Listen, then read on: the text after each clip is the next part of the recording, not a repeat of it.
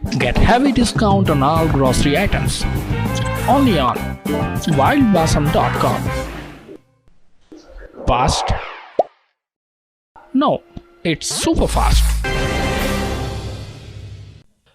उत्तर प्रदेश के देवरिया में शनिवार की शाम पुलिस और बदमाशों में मुठभेड़ हो गई। इसमें 25,000 के इनामिया बदमाश 1 लाख वारसी को गोली लगी है, जबकि एसओजी का एक सिपाही भी घायल हो गया है। मुठभेड़ के दौरान 2 बदमाश पुलिस को झांसा देकर फरार हो गए हैं। गौरी बाजार के सिरजम चौराहे के पास बदमाशों के होने की सूचना पर गौरी बाजार पुलिस व एसओजी टीम ने शनिवार की शाम करीब 4 बजे घेराबंदी की थी। इसी दौरान बाइक से जा रहे संदिग्धों को पुलिस ने रोकना चाहा तो उन्होंने पुलिस टीम पर फायरिंग कर दी। पुलिस ने जवाबी कार्रवाई करते हुए बदमाशों पर फायरिंग कर पकड़ने का प्रयास किया।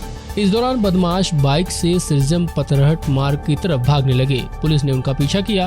भागते समय पुलिस फायरिंग में एक बदमाश को बाएं पैर में गोली लग गई। वो बाइक से गिर गया, जबकि 2 बदमाश फरार हो गए। इस दौरान एसओजी में तैनात सिपाही धनंजय भी घायल हो गए। पुलिस ने बाइक से गिरे बदमाश 1 लाख को दबोच लिया। घायल बदमाश और सिपाही धनंजय को लेकर पुलिस जिला अस्पताल की इमरजेंसी में पहुंची। सूचना मिलते ही पुलिस अधीक्षक डॉक्टर श्रीपति मिश्र भी वहां पहुंच गए। एसपी ने बताया कि दबोचा गया बदमाश 1 लाख वारसी पुत्र हसमुद्दीन शेख निवासी भरवलिया बरपार थाना रामपुर का रहने वाला है। वह सीएसपी संचालक सर्वेश्वर पटेल हत्याकांड का मास्टरमाइंड है। उसे पैर में गोली लगी है, जबकि एसओजी के सिपाही धनंजय भी घायल हैं। एसपी ने बताया कि दबोचा गया बदमाश 18 नवंबर को सीएससी संचालक की हत्या और 5,40,000 रुपए की लूट की घटना में शामिल था।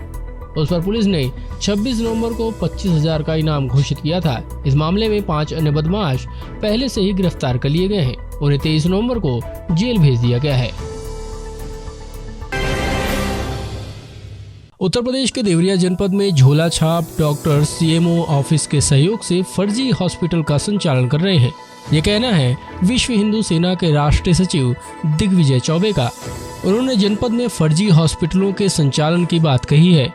साथ ही हॉस्पिटलों के संचालन पर रोक न लगने की स्थिति में मुख्यमंत्री आवास के सामने आत्मदाह की बात कही है।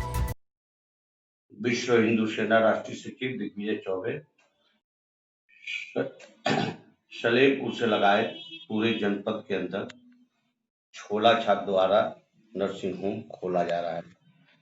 अभी रुद्रपुर में एसडीएम को पत्रक देने के बाद भी फर्जी झोला छाप डॉक्टर, अपने कथित डॉक्टर बताने वाला, जिसके पास एक नर्स का भी डिग्री नहीं है, सुषमा सिंह, कैसे हॉस्पिटल चला रही।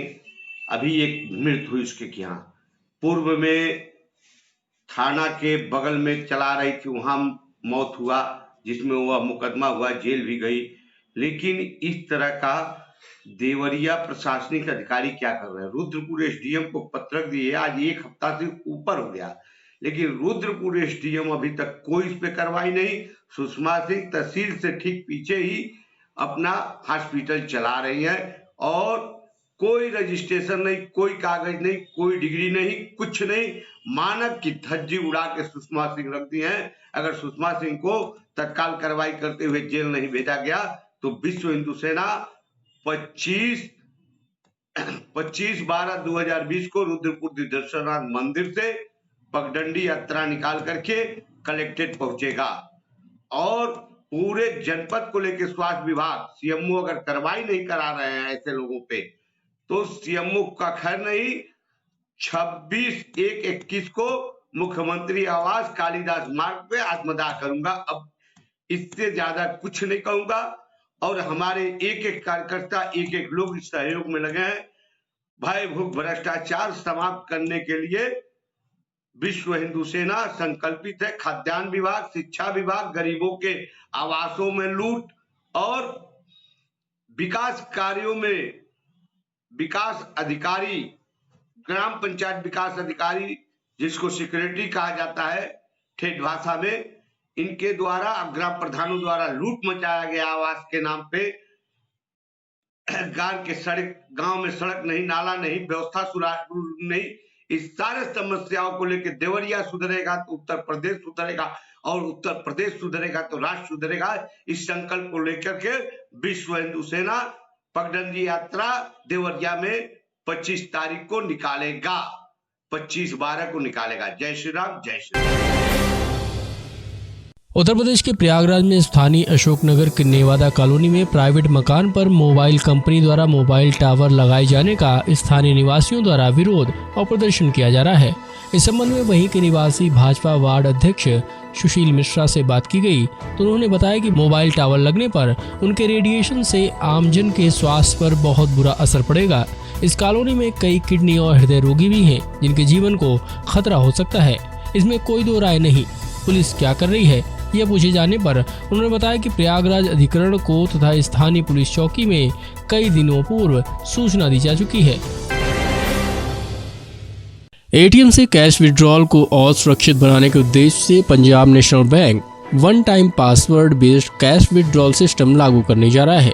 1 दिसंबर से रात 8 बजे से लेकर सुबह 8 बजे के बीच PNB 2.0 एटीएम से एक बार में 10,000 रुपए से ज्यादा की कैश निकासी अब OTP बेस्ड होगी। यानी इन नाइट आवर्स में 10,000 रुपए से ज्यादा का अमाउंट निकालने के लिए ग्राहकों को OTP की जरूरत होगी। ये OTP आपके रजिस्टर्ड मोबाइल नंबर पर आएगा। OTP based cash withdrawal PNB 2.0 ATM में ही लागू होगा। यानी OTP बेस्ड कैश निकासी system PNB debit ATM card से अन्य बैंक ATM से पैसे निकालने पर लागू नहीं होगा। PNB में यूनाइटेड बैंक ऑफ इंडिया और ओरिएंटल बैंक ऑफ कॉमर्स का विलय हो चुका है, जो कि 1 अप्रैल 2020 से प्रभाव में आया है। इनको मिलाकर जो नई संस्था बनी है उसे PNB 2.0 नाम दिया गया है। देश के सबसे बड़े bank state bank of India ने 1 जनवरी 2020 से SBI ATM में रात 8 बजे से सुबह 8 बजे के बीच 10,000 रुपए से ज्यादा के ट्रांजैक्शन के लिए OTP बेस्ड कैश विड्रॉल को लागू किया था। बाद में सितंबर में SBI ने OTP based ATM withdrawal system को 24/7 लागू कर दिया था। देश के बैंकिंग सेक्टर में वित्त वर्ष 2019-20 में कुल 84,545 मामले धोखाधड़ी के आए हैं।